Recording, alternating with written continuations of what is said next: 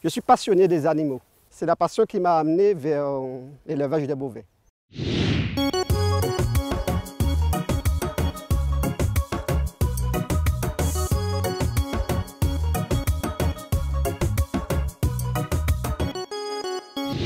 Aujourd'hui, nous sommes chez Joël Guiteau, éleveur aux Anses d'Arlet, membre de la coopérative des éleveurs bovins de Martinique. Nous sommes sur les hauteurs des Anses d'Arlet, une commune où le temps vraiment s'écoule différemment. Allez, faites le petit tour de la commune avec moi, on part en découverte.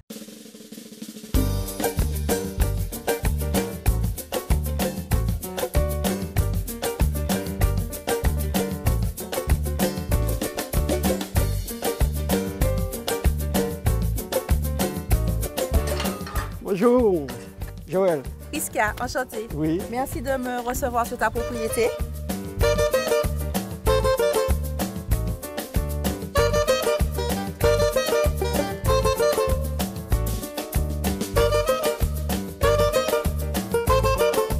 Le but d'une coopérative, en fait, c'est de mettre en commun les moyens et de permettre aux éleveurs d'être organisés, aussi de pouvoir bénéficier des conseils, de pouvoir bénéficier aussi de tout ce qui est qualité, à savoir pouvoir respecter un cahier des charges qui permet aussi en finalité aux consommateurs de s'y retrouver. Par rapport à ce qui a été qui se produisait avant, aujourd'hui on a des cahiers des charges, mais on a aussi une évolution des races.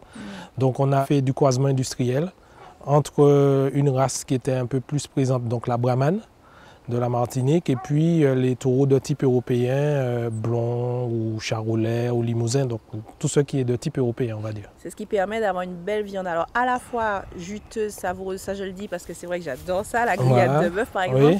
et en même temps une viande de caractère avec une vraie typicité en termes de goût. Voilà, donc c'est-à-dire une viande qui a une qualité, mais aussi la saveur, la flaveur, on va dire, et puis aussi une tendreté qu'on retrouve aujourd'hui par la maturation qu'on a mis en place aussi à la coopérative. C'est vraiment une race martinique la Brahmane ou pas spécialement? Elle a été importée des États-Unis dans les années 60. On avait constaté que c'était une race qui était résistante. On a 3 types de Brahmane sur cette exploitation. Donc la Brahmane rouge, on voit, la Brahmane blanche. Et quand vous allez regarder, vous verrez un petit peu sur le côté là, le reproducteur, le taureau, c'est un Brahmane gris.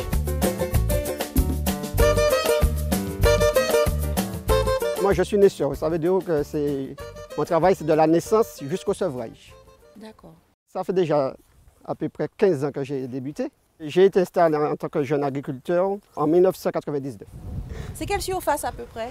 Eh bien, je suis à peu près sur 25 hectares. Ah oui, quand même. J'ai en gros une cinquantaine de têtes. Et justement, en arrivant, j'ai vu que tu les avais déplacés. Eh bien, oui, je les change de parcelle à peu près tous les 3-4 jours. Et comment c'est venu l'envie de faire ça? Je suis passionné des animaux. Et c'est la passion qui m'a amené vers l'élevage des bovins. Parce qu'on sent que les bêtes sont heureuses ici. Non, mais si les animaux sont bien dans leur environnement, eh bien, ils vont bien produire. À quoi ressemble une journée type? Comment ça se passe? Eh bien, il faut se lever très tôt.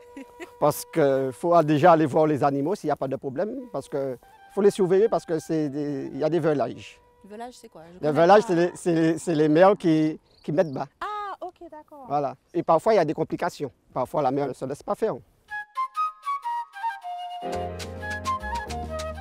Le changement de climat en agriculture, en général, très difficile. Ah. Maintenant, le temps a changé. Nous avons beaucoup de pluie parfois nous avons beaucoup de soleil. Et ça fait que la production est moins bonne. J'ai diminué le troupeau pour ne pas être surpâturé. Si on veut faire l'élevage, il faut déjà penser au bien-être de l'animal. Si l'animal est dans de bonnes conditions, eh bien, l'argent viendra. Mais attends, Joël, je Oui. suis jamais venue aussi près de vaches de ma vie. Essaye, va vers lui. Je peux pas. Joël, elle vient vers moi. Et puis en plus, il y a mis un truc rouge. Ils ont dit que les trucs rouges, ça énerve les animaux. Là, en fait, j'ai peur. Mais attends, Joël, je suis Oui. jamais venue aussi près de vaches de ma vie. Elles sont calmes, elles sont cool. Comment tu fais ce miracle-là? Si on est agressif avec eux, ils vont te le rendre de la même manière. Mais si tu es calme avec les animaux, eh bien, ils sont calmes aussi. D'accord, donc c'est ça ton secret. Voilà. Et puis il n'y a pas que ça. Il y a une sélection qu'on fait.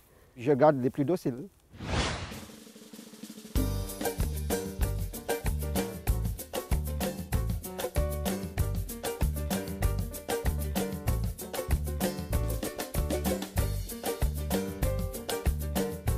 Alors pour réaliser votre ketchup de Giraumont, c'est très simple. Il vous faut bien sûr du potiron local coupé en petits dés. Plus c'est petit, plus ça cuit vite. Et je l'associe à l'oignon. Et je verse de l'huile d'olive. Là, faites-vous plaisir, que ce soit de l'huile d'olive, de l'huile de colza ou de l'huile de pépins de raisin. C'est selon votre goût.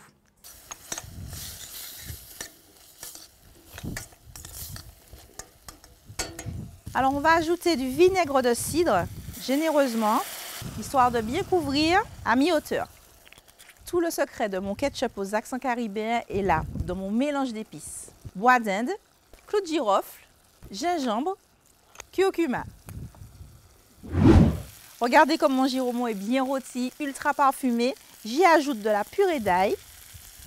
Ça, c'est vraiment selon votre goût. Je caramélise avec du sucre de canne.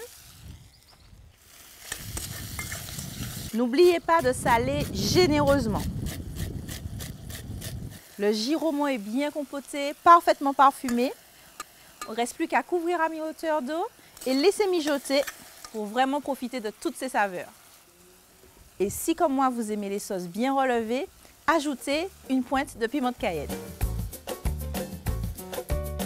Regardez cette belle compotée de Giraumont qui a déjà bien refroidi. Il ne me reste plus qu'à mixer tout ça et rajouter de l'eau petit à petit pour obtenir la même texture qu'un ketchup traditionnel.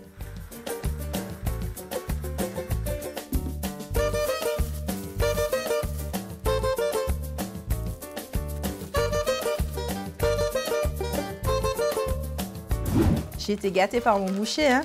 Regardez-moi ces magnifiques côtes de bœuf. Je sens déjà qu'on va se régaler. Allez, direction le barbecue. La cuisson, c'est comme vous l'aimez, saignante, à point ou bien cuite. Mais attention, dans tous les cas, on n'assaisonne pas tout de suite. On verra ça après la cuisson.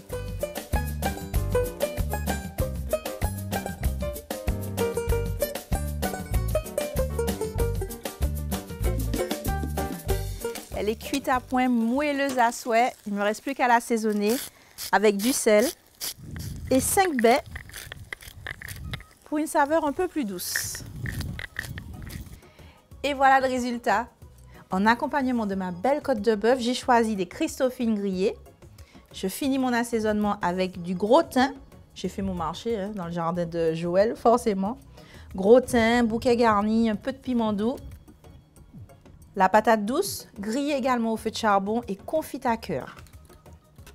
Et juste avant de déguster, je sers mon ketchup de Giraumont.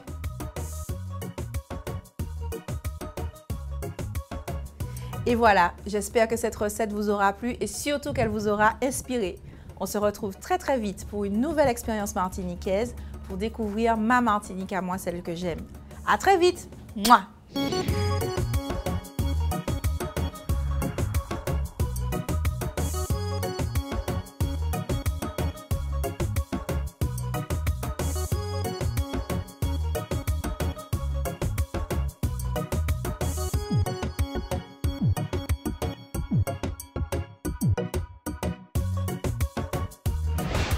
Ça vous a plu? Alors suivez Ma Cuisine Créole sur les réseaux sociaux et téléchargez l'appli.